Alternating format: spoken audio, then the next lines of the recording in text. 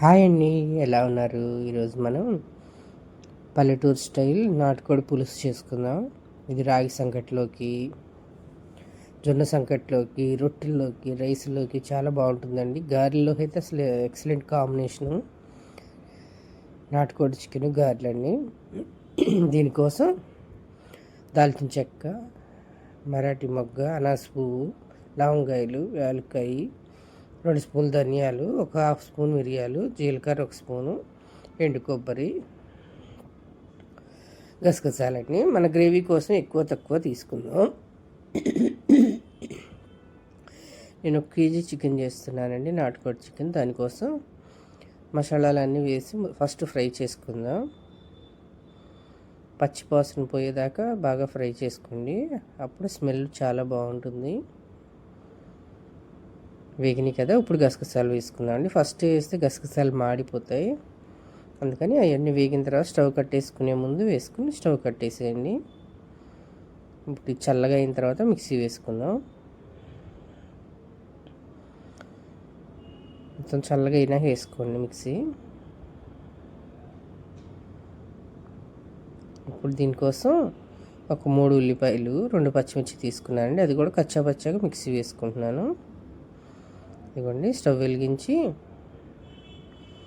ఇదిగోండి నాటుకోడి చికెన్ ఉప్పు పసుపు వేసి శుభ్రంగా క్లీన్ చేసి పెట్టుకోండి. ఇప్పుడు స్టవ్ వెలిగించుకొని ఒక గిన్నె పెట్టుకుందాం. మందపాటి గిన్నె పెట్టుకోండి. గిన్నె వేడైన తర్వాత ఆయిల్ వేసుకుందాం. ఆయిల్ వేడైన తర్వాత 4 స్పూన్ల ఆయిల్ వేసానండి. తర్వాత 2 స్పూన్లు అల్లం వెల్లుల్లి పేస్ట్ తీసుకున్నాను. ఇదిగోండి, ఉల్లిపాయ కచ్చాపచ్చగా మిక్సీ వేసాం కదా, ఇదిగోండి పౌడర్ కూడా మిక్సీ వేసుకున్నాం, మసాలా పొడి. ఇప్పుడు గిన్నె వేడవుతుంది కదా, ఆయిల్ వేసుకుందాం.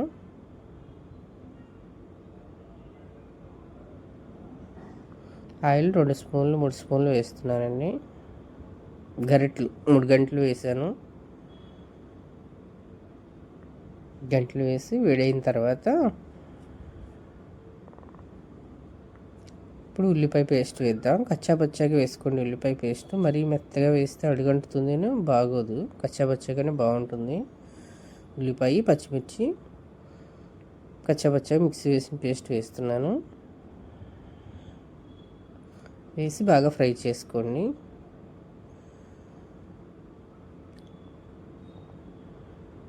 అసలు వేగుతుంటేనే స్మెల్ చాలా బాగుంటుందండి. తర్వాత అల్లం వెల్లుల్లి పేస్ట్ 2 స్పూన్లు వేస్తున్నాను. కేజీ చికెన్ కదండి, అందుకని 2 స్పూన్లు వేస్తున్నాను. వేసి అది కూడా బాగా ఫ్రై చేసుకోండి పచ్చివాసన పోయేదాకా. ఇప్పుడు చికెన్ వేస్తున్నాం. కడిగి పెట్టుకున్నాం కదండి, ఉప్పు పసుపు వేసి ఇప్పుడు చికెన్ వేస్తున్నాను. నాటుకోడి చికెను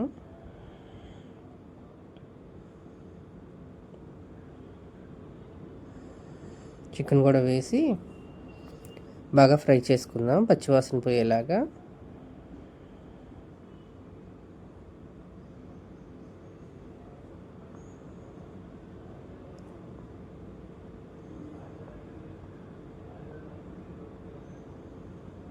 ఇప్పుడు 1 స్పూన్ పసుపు వేసుకుందాం అండి. హాఫ్ స్పూన్ పసుపు వేస్తున్నాను. పసుపు వేసి బాగా కలుపుకుందాం. ఇప్పుడు ఉప్పు అండి, రాళ్ళుప్పు వేసుకుంటే చాలా బాగుంటుందండి. 1 స్పూన్ రాళ్ళుప్పు వేసాను.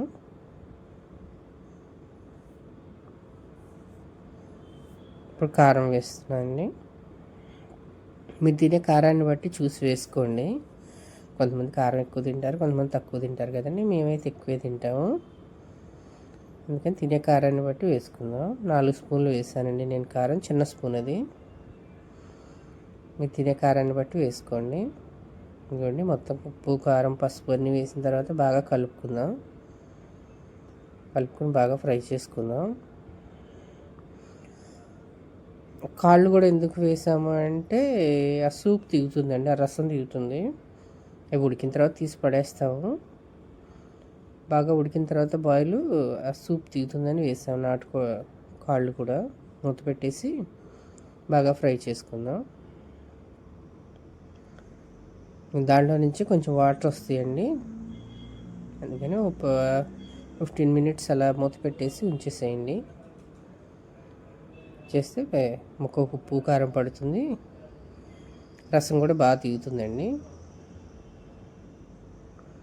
ఇవన్నీ 10 నిమిషాలు అయిన తర్వాత ఒకసారి కలుపుకుని మనకి పులుసు ఎంత కావాలి అనే దాన్ని బట్టి నీళ్ళు పోసుకుందామండి, ఎసరు పోసుకుందాం.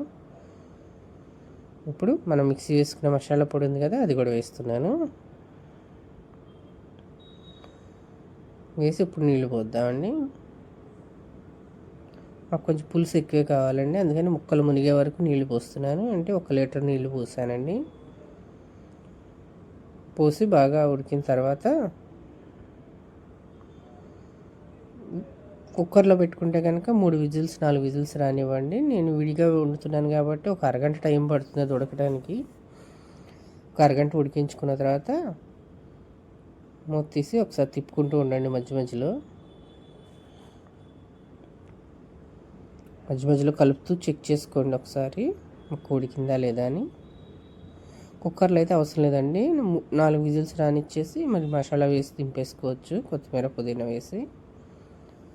నేను విడిగా వండుతున్నాను కాబట్టి మధ్య మధ్యలో తీసి ఒకసారి చెక్ చేసుకుంటున్నాను.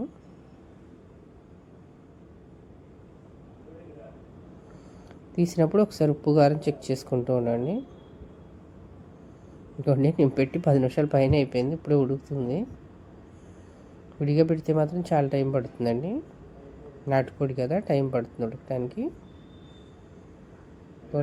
కారం చాలకపోతే ఇంకొంచెం తగ్గించి వేసుకోండి.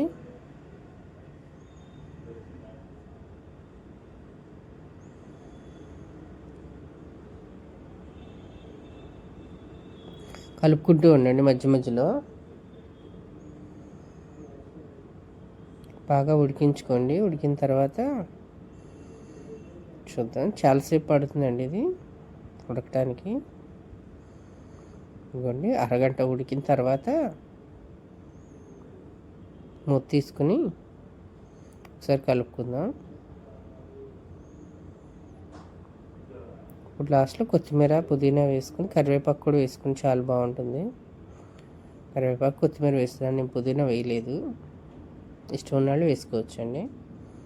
అంతే అండి, రెడీ అయిపోయింది నాటుకోడి పులుసు. ఇది రాగి సంకట్లోకి గారెల్లోకి చాలా బాగుంటుంది. Thank you. నచ్చితే లైక్ చేయండి, షేర్ చేయండి, సబ్స్క్రైబ్ చేసుకోండి.